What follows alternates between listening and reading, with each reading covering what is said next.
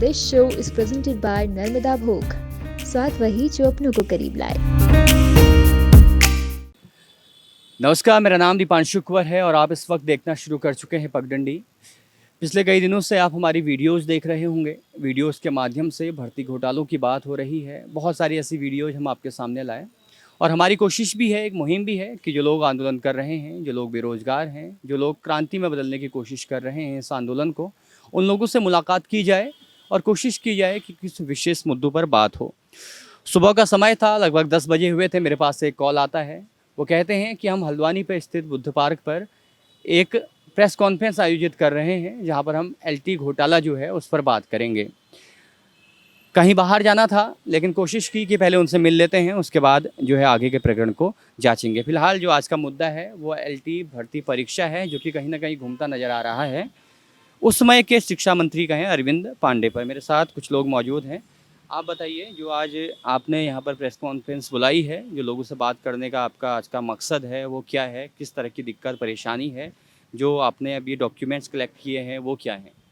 ये एलटी भर्ती घोटाले के हैं। 2015 में जब नैथानी जी थे तब से हैं ये। 2015 का जो हमारा पेपर हुआ था उसमें एक इंस्टीट्यूट है देहरादून का ही, तो उसमें भी कम से कम हमारे जो सीटें हैं उसमें 25 सीटें इसी इंस्टीट्यूट से गई हुई है देहरादून से, और उसमें शिक्षा मंत्री उस टाइम थे नैथानी जी। मतलब आपका कहना है कि एक इंस्टीट्यूट से लगभग 25 लोगों का सिलेक्शन हुआ है। एक इंस्टीट्यूट से, हाँ। वो अभी भी पद पर तैनात हैं। हाँ, वो अभी भी पद पर तैनात है। जो इंस्टीट्यूट का वो ऑनर जो इंस्टीट्यूट के थे वो जबकि उससे पहले जेल जा चुके हैं, एक आध घोटाले में जेल जा चुके हैं, लेकिन उनके खिलाफ कोई कार्रवाई नहीं।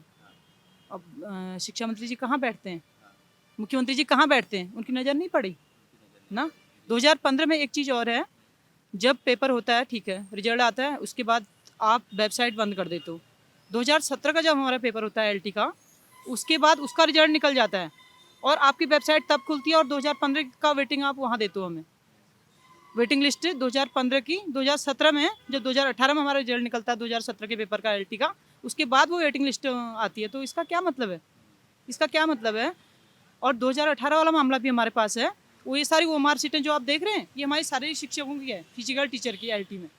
इसमें तनुज शर्मा और जगदीश गोस्वामी जो जेल जाना चाहिए, जिन्होंने, जो अभी खुला घूम रहे हैं, जिनको इन्होंने कहीं और अटैच किया हुआ है, स्कूलों से इन्होंने जेल नहीं डाला है उनको, जबकि उनका नाम इसमें आया हुआ है, इस करप्शन में आया हुआ है कि बीपीडीओ में इन्होंने अपने लोगों को लगा रखा है। अगर इन्होंने बीपीडीओ में अपने लोगों को लगा रखा है तो हम कैसे माने कि इनका फेयर सिलेक्शन है? हो सकता है इन ओमार सीटों में वो भी कहीं गुम हो ना। तो 30 सीट हमारी 54 सीटें फिजिकल एजुकेशन की थी, 30 ओमार सीटें हमारे पास इसमें हैं और 6 और हैं हमारे पास अदर सब्जेक्ट की। हाँ, और इसमें सेम आप देखेंगे, सेम सारे जो भी हैं, ए सेट, बी सेट, सी सेट हमने बना रखे हैं, इसमें सेम ही क्वेश्चन आंसर एक दूसरे के सही हैं। इन्होंने एक जगह बैठ के पेपर हल करवाया है। और 2021 का एक मामला ये है कि 4 महीने पहले पेपर कराया जाता है, नहीं, पेपर छप जाता है हमारा, एक डेट पहले ओपन हो जाती है, कोरोना की वजह से वो फिर हमारा डिले हो जाता है। उसके बाद वही पेपर हमें 4 महीने के बाद फिर पकड़ा दिया जाता है। तुमने 4 महीने में कहाँ कहाँ बांटा वो पेपर, कहाँ कहाँ तुम लोगों ने वो पेपर बांटा, ये बताइए ना हमें। आप कहते हो कि शिक्षा मंत्री हमसे चैलेंज करते हैं कि आप लाओ ना हमारे खिलाफ सबूत। हम तो सबूत ला चुके हैं, ये तो आप मुख्यमंत्री का काम है ना, इसके खिलाफ कार्रवाई करना तो मुख्यमंत्री का काम है। दूसरा, जो आरएमएस कंपनी ये करा रही है, ये तो अदर स्टेट में ब्लैक लिस्टेड है, करोड़ों के घोटाले इसके खिलाफ हैं, फिर भी ये कंपनी से आप पेपर करवा रहे हो। 2019 में इसका अनुबंध खत्म हो जाता है और आप 2021 का पेपर भी इससे करवा रहे हो। इसका हमें जवाब देना, इसका जवाब दें, हम तो इसका जवाब मांग रहे हैं। अब तो बीजेपी कांग्रेस के बीच में आपने उत्तराखंड को बांट दिया। आप कहते हो हम युवा मुख्यमंत्री हैं, आपने तो आप युवा जरूर हो, लेकिन आप वक्त से पहले ही बूढ़े हो चुके हो।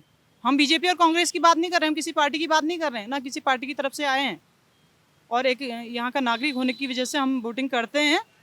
हम सोचते हैं कि ये अगर आ रहा है पद पे तो अच्छा काम करेंगे, इसी उम्मीद के साथ हम जो अपना मतदान करते हैं, तो इसी उम्मीद के साथ करते हैं, इस उम्मीद के साथ नहीं करते हैं कि उत्तराखंड को इतना पीछे खींच के ले जाएंगे।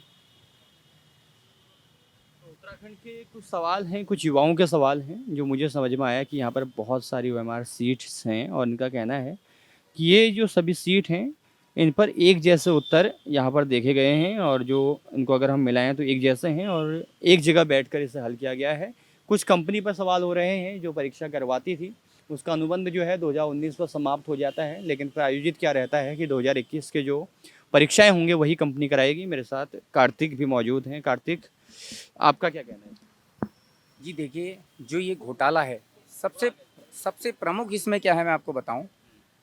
इस समय उत्तराखंड के अंदर यूके ट्रिपल एससी का घोटाला खुलने के बाद से लगातार सामने घोटाले हर विभाग में आने लगे। वैसे ही ये घोटाला भी ऐसा नहीं कि जानकारी में नहीं था। इसकी जांच के लिए 2020 में कि इसकी एसटीएफ जांच कराई है, इसके लिए मुख्यमंत्री को ये अभ्यर्थी पहले ही लिख चुके हैं, लेकिन आज तक जांच नहीं कराई गई। यूके ट्रिपल एससी घोटाला खुलते ही ये सारे घोटाले सोशल मीडिया में तैरने लगे और इनकी एक खुली किताब उत्तराखंड के अंदर छप चुकी है। अब एक आरएमएस कंपनी है जिसने यूके ट्रिपल एससी के पेपर छापे, करोड़ों अरबों के घोटाले उसमें हुए। उसी कंपनी द्वारा एलटी भर्ती परीक्षा के पेपर भी छपवाए गए हैं। हालांकि अभी तक राज्य सरकार उस कंपनी की जांच नहीं करा पाई है। केवल मछलियों को पकड़ा जा रहा है और मगरमच्छों को छुपाने के लिए तैयारी की जा रही है। विपक्ष विशेष सत्र बुलाने की तैयारी में है और वर्तमान सरकार अपने मंत्रियों में बदल करने की तैयारी में है ताकि ये युवाओं के मुद्दे को भटकाया जाए।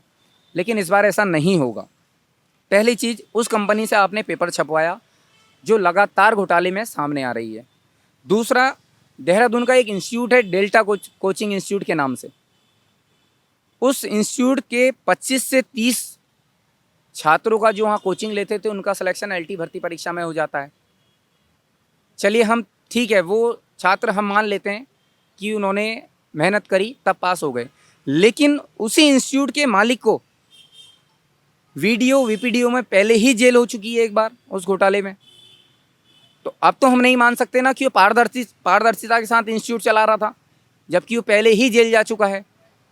उसी इंस्टीट्यूट के 25 से 30 बच्चों का सिलेक्शन हो जाना अपने आप में बहुत बड़ा सवाल है।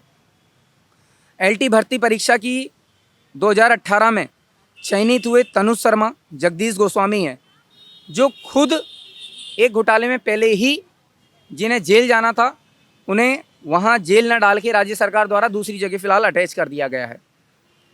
अब 2018 में जब ये सामने आया उसके बाद जांच को लिखा गया, क्योंकि संवैधानिक अधिकार है छात्रों का। जब घोटाला सामने आया, जिनका सिलेक्शन नहीं हुआ, जिन्होंने मेहनत करी, उनके पास पैसा देने को नहीं था, तो उन्होंने जांच के लिए एसटीएफ जांच कराई है, इसकी कमेटी बनाई है, लेकिन आज तक वो जांच नहीं हो पाई। अब 2018 भर्ती, 2015 एलटी भर्ती, 2021 भर्ती, ये तीनों की तीनों भर्तियाँ अब सबकी निगाह में है, संदेह में है। और ये समझ नहीं आ रहा राज्य सरकार इन भर्तियों की जांच ना करा के आखिर छुपाना किसे चाहती है। और जब इतने बड़े घोटाले हो रहे हैं तो क्या ये बात शिक्षा मंत्री को नहीं पता होगी? अगर नहीं पता होगी तो वो लायक शिक्षा मंत्री उत्तराखंड के नहीं थे। वो शिक्षा मंत्रालय नहीं संभाल पाए तभी ये घोटाले हुए। और अगर उन्हें पता थी तो आज इस्तीफा दें, अपने खिलाफ जांच करवाएं और जेल जाएं। केवल उनके परिवार का सवाल नहीं है, ये उत्तराखंड के प्रत्येक छात्र, उत्तराखंड के नागरिकों का सवाल है और छात्रों के उन माता पिता का सवाल है जो कर्ज लेकर पहाड़ी राज्य में सीमित संसाधनों के साथ अपनी आय इकट्ठा करते हैं और अपने बच्चों को पढ़ाने का प्रयास कर रहे हैं, इस उम्मीद के साथ कि अगर आज हमने अच्छी शिक्षा इन्हें दे दी, कल इनका भविष्य अच्छा हो जाएगा। जो ज़िंदगी वो उत्तराखंड के अंदर रह के जी चुके हैं, वो नहीं चाहते कि आने वाली हमारी पीढ़ी को ज़िंदगी मिले। इसलिए वो कर्जा भी ले रहे हैं, अपने रिश्तेदारों से भीख मांग रहे हैं, सीमित संसाधन पहाड़ों में सब्जियां उगा रहे हैं, इस तरीके से वो पढ़ा रहे हैं। तो अब सवाल ये भी है कि वो 43 शहादतें राज्य बनाने के लिए क्यों करी गई? क्यों हंसा धनाई जी ने अपनी शहादत दी? क्यों बेलवती चौहान जी ने अपनी शहादत दी? क्यों वो महिलाएं सड़कों में उतरी, गांव के खेतों से, पहाड़ के कच्चे रास्तों से क्यों सड़क में उतरकर यहाँ से दिल्ली का रास्ता पकड़ा इस राज्य को बनाने के लिए? यानी कि वो मांग सही थी। विरोध तो उस समय भी बहुत हुआ राज्य का, वो जब मांग सही थी तभी तो उत्तराखंड बना। आज वैसे ही ये मांग हम युवाओं की सही है कि सीबीआई जांच करवा दीजिए, सारे मगरमच्छ को जेल के अंदर डालिए। तो बहुत सारी बातें सामने आई, लेकिन जो हाँ बताइए। एक प्राइवेट कॉलेज हल्दूचौड़ में है और राज्य सरकार द्वारा उसे राजकीय विश्वविद्यालय बनाया जाता है, लाल बहादुर शास्त्री। ये दुर्भाग्य देखिए, उत्तराखंड में शिक्षित बेरोजगार होने के बाद भी उस समय उस समिति के अध्यक्ष थे हरीशचंद्र दुर्गापाल जी। तो अध्यक्ष रहते हुए उन्होंने वहाँ पे जितने प्राइवेट कॉलेज में उस समय कार्यरत थे प्रोफेसर्स, वो कोई 42% था, कोई 48 था, कोई 49% था उसकी ग्रेजुएशन में। लेकिन वो अध्यक्ष थे समिति के, उन्होंने क्या करा, 3 साल के लिए उन्हें समायोजन करने के लिए, उनको समायोजित करने के लिए उन्हें टीचर को उन्हें 3 साल का टाइम दे दिया, आप दोबारा से स्नातक कराइए